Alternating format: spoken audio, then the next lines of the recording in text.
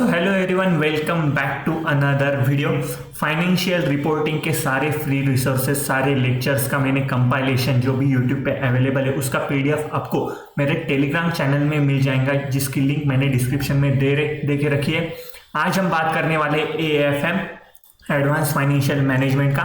तो एएफएम में फर्स्टली आपको वैसे ही स्ट्रेटेजी फॉलो करनी है जैसे एफआर में बोली थी मैंने कि आपको फर्स्टली लेक्चर देखने हैं। फर्स्टली लेक्चर देख लिए आपने, पर एएफएम के जब भी आप लेक्चर देखोगे यूट्यूब पे, अगर आप सेल्फ स्टडी कर रहे हो तो एएफएम में है ना कंसेप्ट के साथ साथ उसके क्वेश्चंस भी कवर कर लिए फैकल्टी ने। एफआर में क्या होता था, एफआर की जो भी रिवीजन लेक्चर अवेलेबल है यूट्यूब पे या कोई भी सोर्स पे, मैंने जो लास्ट वीडियो में बताया था, तो उसमें पूरे पहले कंसेप्ट करा लेते हैं और लास्ट में उन्होंने क्वेश्चन लिए सारी फैकल्टीज ने। पर एएफएम में आपको कंसेप्ट के साथ साथ ही उसके क्वेश्चन मिल जाएंगे। कोई कंसेप्ट पढ़ा है, उसके क्वेश्चन जो कंसेप्ट से रिलेटेड है वो सारे क्वेश्चन पूरे वीडियो में आपको मिल जाएंगे। ऐसे ही सारे वीडियो मिल जाएंगे आपको रिवीजन के लिए जो भी अपलोड किए। तो आप एक बार पूरा लेक्चर देख लो, आप कंसेप्ट प्लस क्वेश्चन आपके सॉल्व हो जाएंगे। हो सके तो प्लीज ट्राई करो कि कंसेप्ट हो गया कि उसके क्वेश्चन जब कोई भी टीचर पढ़ा रहा है तो उसी के साथ साथ आप भी एक बार रफ में ट्राई करो सॉल्व करने का। तो आपका एक बार प्रैक्टिस हो जाएगा, रफ में प्रैक्टिस हो जाएगा। तो आपका नेक्स्ट टाइम जब आप खुद से ट्राई करोगे तो आपको बहुत इजी जाएगा। एएफएम पूरा कंसेप्चुअल है, आपको अच्छा अंडरस्टैंडिंग होना। पर मैं एक बार सीक्वेंस बता दूंगा जो इंटर से रिलेटेड है, अपने चैप्टर सीए इंटर से, तो वो मैं आपको बता दूंगा। वो पहले खत्म करने की कोशिश करो और बाद में जो नए चैप्टर है आपने जो फाइनल में पर्टिकुलरली वो पढ़ने की कोशिश करो। तो आपको पूरा एएफएम का फ्लो बन जाएगा, इजी होगा पढ़ने के लिए। तो आपको लेक्चर देखने, कंसेप्ट मिल जाएंगे, उसको कंसेप्ट के साथ ही आपको क्वेश्चन सॉल्व कर लेने के एएफएम के।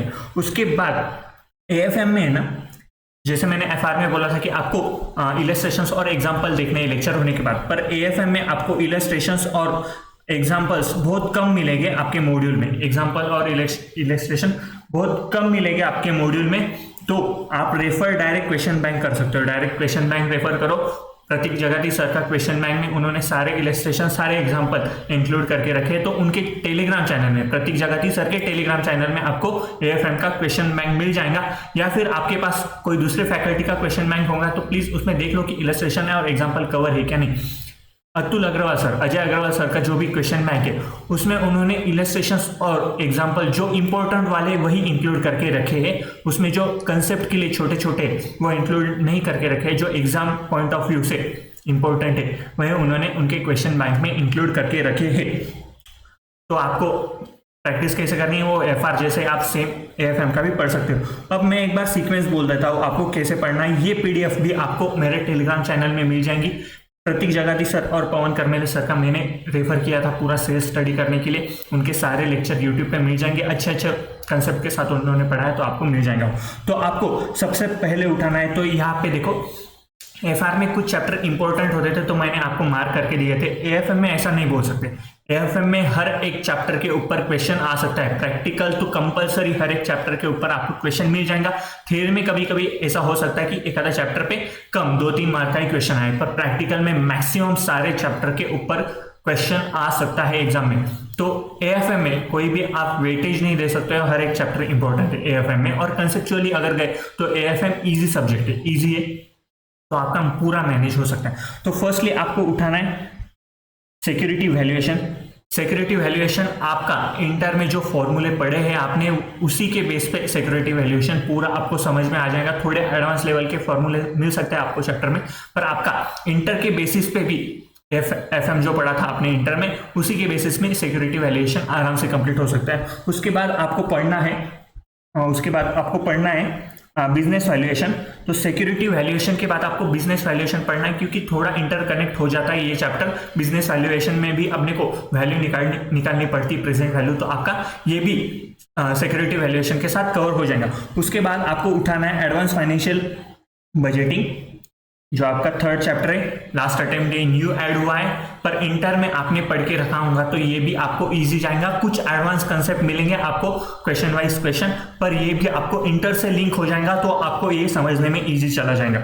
उसके बाद आपको लेना है म्यूचुअल फंड, जो आपका फोर्थ चैप्टर है म्यूचुअल फंड, आपको फर्स्ट टाइम भी पढ़ रहे होंगे आप, तो इजी चैप्टर है, तो आपका आराम से मैनेज हो जाएगा वो।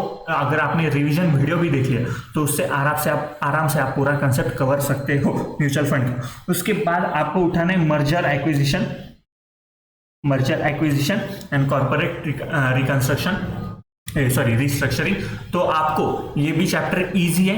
मर्जर एंड एक्विजिशन कैसे होते हैं, आपको ईपीएस निकालना है, एमपीएस निकालना है हर एक कंपनी का। जब एक्वायर करते थे अपन, जैसे आपने एक्विजिशन करते हैं अपन एफआर में और अकाउंट्स में पढ़ा था, वैसे ही सेम कंसेप्ट आपको एफएम में मिलेगा। बस अपने को यहाँ पे ईपीएस के बेसिस पे उनका एक्विजिशन करना होता है, ईपीएस या एमपीएस पे बेसिस पे, मार्केट वैल्यू पर शेयर के बेसिस पे। तो आपका ये भी चैप्टर आराम से निपट सकता है। उसके बाद ये 5 चैप्टर आपके इजी हो गए, जो आपको इजीली समझ में आ जाएंगे रिवीजन वीडियो से। आप ये पूरा सॉल्व भी कर सकते हो आराम से रिवीजन वीडियो से, आपका पूरा मैनेज हो जाएगा। इसमें एडवांस कैपिटल बजटिंग का है ना, आपको ये पवन करमेले सर का पूरा बैच आपको यूट्यूब पे मिल जाएगा। कुछ तो भी 17-18 लेक्चर है उनके, तो आपको पूरा मिल जाएगा वो। तो आपको कंसेप्ट की कोई भी टेंशन लेने की जरूरत नहीं है। अगर आपके कंसेप्ट वीक होंगे एडवांस कैपिटल बजटिंग में इंटर के, तो आपका ये पूरा आराम से यूट्यूब पे से पवन करमेले सर के बैच से पूरा मैनेज हो जाएगा। उसके बाद बात करते हैं कुछ अच्छे चैप्टर जो आपको फाइनल में पर्टिकुलरली पढ़ने हैं। उसमें फर्स्ट आता है आपका पोर्टफोलियो। ये अपने कितने हो गए, 5 हो गए, ये 6। पोर्टफोलियो पूरा नया चैप्टर है, पर आपने मीन मीडियम मोड जो पढ़ा था स्कूल में अपन, वैरिएंस कोएफिशिएंट, जो भी कंसेप्ट थे आपने, वही कंसेप्ट आपने को पोर्टफोलियो में निकालने, उसमें बीटा निकालना है। पर ये आपको पूरा फॉर्मूला बेस्ड चैप्टर है, तो इसका 2 या 3 बार आपको वीडियो देखना पड़ेगा। 2 या 3 बार आप प्रतीक जगती सर का भी वीडियो देख सकते हो। पूरा उन्होंने एक ही वीडियो में, बड़ा वीडियो है वो 7-8 घंटे का वीडियो होगा, पर आपको पूरा उसमें कंसेप्चुअल क्लियरिटी मिल जाएगा। पोर्टफोलियो मैनेजमेंट का पूरा उन्होंने समझाया, एक कंसेप्ट के ऊपर उन्होंने क्वेश्चंस भी लिए, तो आपको वहां से समझ में आ जाए। उसके बाद में पोर्टफोलियो मैनेजमेंट होने के बाद आपको लेना है डेरिवेटिव्स उठाना है, जो नया चैप्टर है। आप अगर ट्रेडिंग कर रहे होंगे स्टॉक मार्केट में, तो आपको फ्यूचर्स एंड ऑप्शंस आराम से समझ में आ जाएगा। डेरिवेटिव्स के कुछ कंसेप्ट अच्छे ब्लॉकचेन एनालिसिस वगैरह, इतना याद नहीं आ रहा मेरे को भी नाम उनके, तो वो कंसेप्ट आप आराम से रिवीजन वीडियो से 2-3 बार देख के आप आराम से समझ सकते हो। अब डेरिवेटिव्स का भी पवन करमेले सर का पूरा बैच, उन्होंने प्लेलिस्ट बना के रखा है। पूरा कुछ तो भी 18-19 लेक्चर होंगे उसके भी, तो डेरिवेटिव्स भी आपका पूरा यूट्यूब से हो जाएगा। पूरा उन्होंने इन डिटेल रिवीजन करके रखा है। रिवीजन है वो पूरी बैच है उनकी डेरिवेटिव्स की, तो आपका डेरिवेटिव्स भी आराम से मैनेज हो जाएगा यूट्यूब पे से। उसके बाद आपको डेरिवेटिव्स होने के बाद आपको उठाना है फॉरेक्स। अब ये तीनों चैप्टर आपको उठा लेने के आर्ट में। सबसे पहले इसमें फॉरेक्स उठाना है, उसके बाद में ये दो आप आपके हिसाब से जो भी आपको इजी लगे रिवीजन वीडियो देख के आप इसको खत्म कर सकते हो।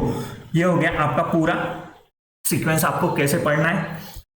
अब ये देखो, जो थ्योरी के चैप्टर है वो आप किसी भी फैकल्टी से पढ़ सकते हो, प्रतीक जगती सर, पवन करमेले सर, या भी और भी नए फैकल्टी, उनके हिसाब से आप जो भी पसंद आया आपको। एक अर्चना खेतन मैडम बोल के उनकी भी थ्योरी के पूरी प्लेलिस्ट उन्होंने बना के रखी है, तो आप वो रेफर कर सकते हो थ्योरी के लिए।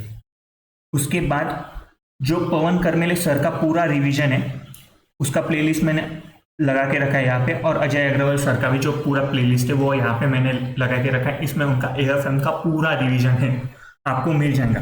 अब आप पूछोगे कि कंसेप्ट नोट्स किसके यूज करने, कंसेप्ट नोट किसके यूज करने के, तो देखो यार, मैंने किसी के कंसेप्ट नोट यूज नहीं किए थे, पर आपको लगे तो आप फॉर्मूलाज के लिए किसी भी फैकल्टी का एक फॉर्मूला शीट जो आता है वो रेफर कर सकते हो। उसमें मयंक कोठारी सर है, उनका एक फॉर्मूला शीट था मेरे पास, तो वो आप रेफर कर सकते हो। या फिर आप जैसे जैसे प्रैक्टिस कर रहे हो वैसे वैसे एएफएम के लिए आप खुद फॉर्मूले लिख सकते हैं, जो भी आपको फॉर्मूला अच्छा लगा या कंसेप्चुअल आपको लिख के रखना है तो आप लिख के रख सकते हैं फॉर्मूला।